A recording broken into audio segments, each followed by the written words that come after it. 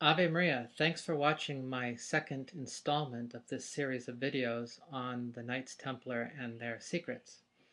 If you haven't already watched the introductory video, the link is below, and I recommend you do watch that because there I talk about what I mean specifically by the secrets of the Knights Templar, and I don't mean what the Freemasonic Gnostics mean by it. I'm talking about the Catholic mysteries that are contained in the history of the Knights Templar. And in that video I promised that I would talk about various relics of the Knights Templar that illustrate for us the secrets that are associated with them. And the first of those is the temple itself, from which the Knights Templar take their name.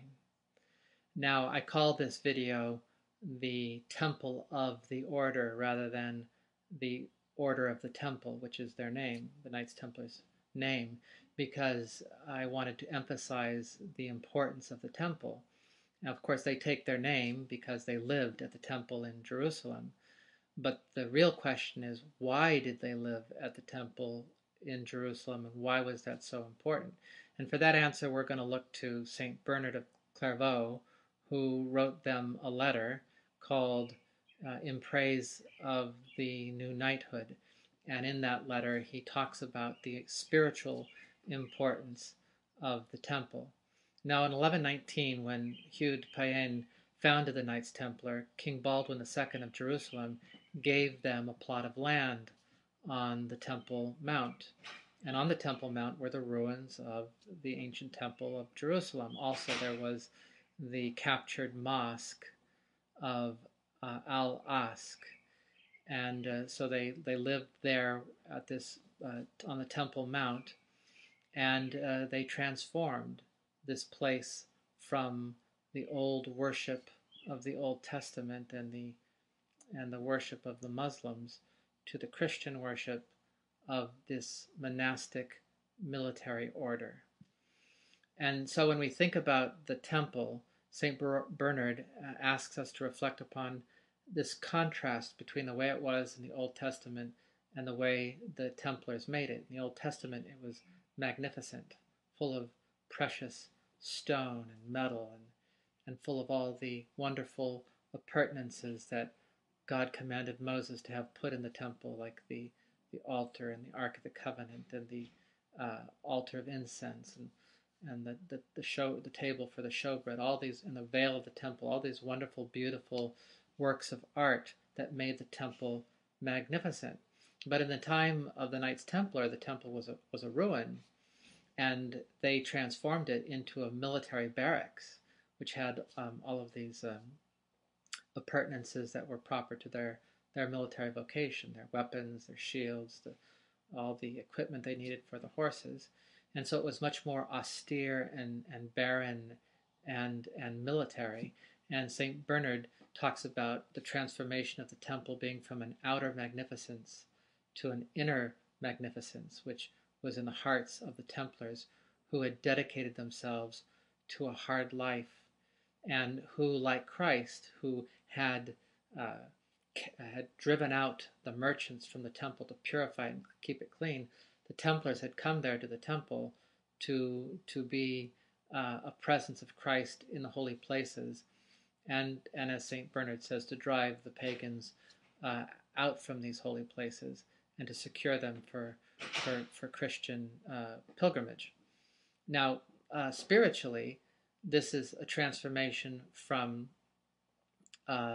impurity to purity, from simply outer living of the faith to an inner living of the faith, which allows us truly to conduct ourselves as Christians.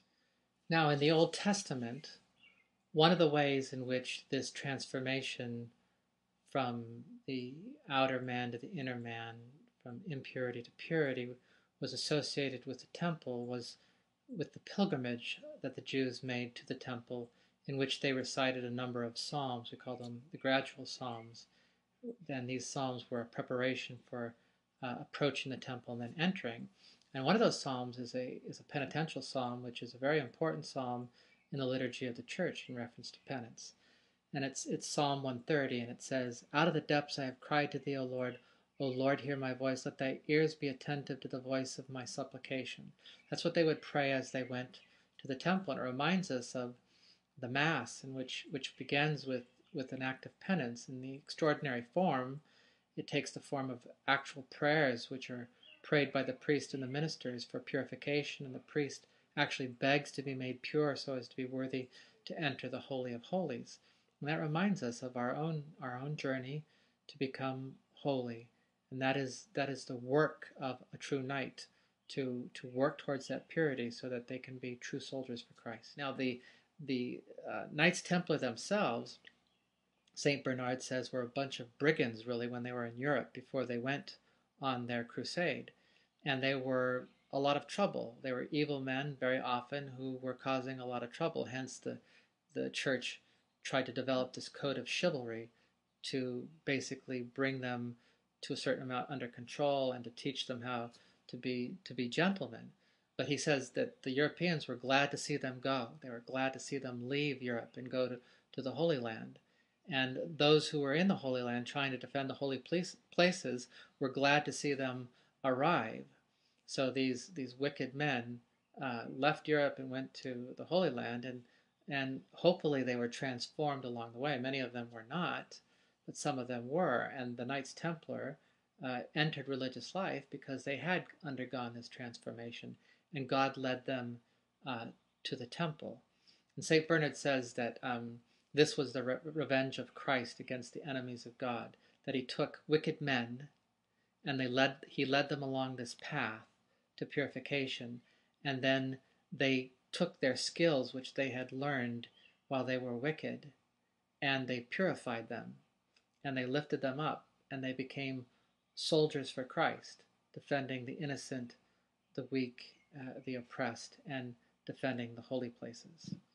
St. Bernard underscores this contrast between the knights as they were in Europe as wicked men, with how they became when they got to Jerusalem and lived at the temple and entered into religious life and sought to serve the church with all their hearts by using a linguistic contrast. He says that when they were in Europe, they were malitia, which means malice. They had malice. They were full of malice.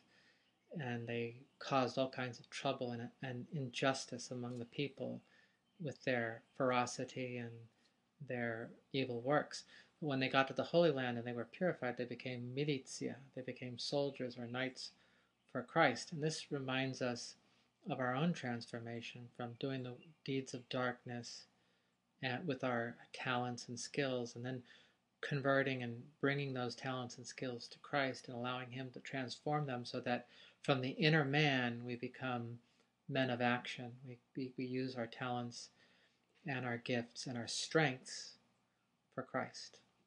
And finally, in order to fully appreciate the secret of the temple, we need to think about how at the end of the chapter on the temple, St. Bernard in his letter to the Knights Templar talks about how the Holy Land received into its fruitful womb the heavenly grain from the heart of the Eternal Father, the supernatural seed which brought forth a rich harvest of martyrs. So all of these wicked men went to the Holy Land, and there, by the grace of God, they became fruitful, like the Holy Land, like the land of milk and honey. And it calls our mind to the Blessed Mother, who is that fruitful womb who cooperated with God's grace and brought about the transformation and the purification of the whole world. And the Knights Templar had a strong devotion to the Blessed Mother. They professed their vows to the Blessed Mother.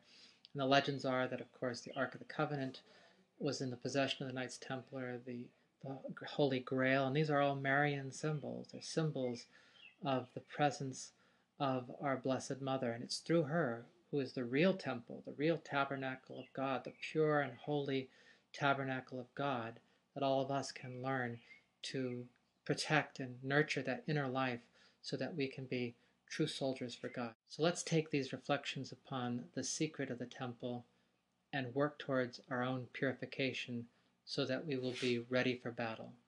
We need to grow closer to Christ so that we can be his soldiers. In the next video, I will talk about the secret of the two swords, the doctrine of St. Bernard on the two swords that the Knights Templar carried into battle. And so until next time, this is Father Angelo with Standing Fast. God bless you, and Ave Maria. Adieu.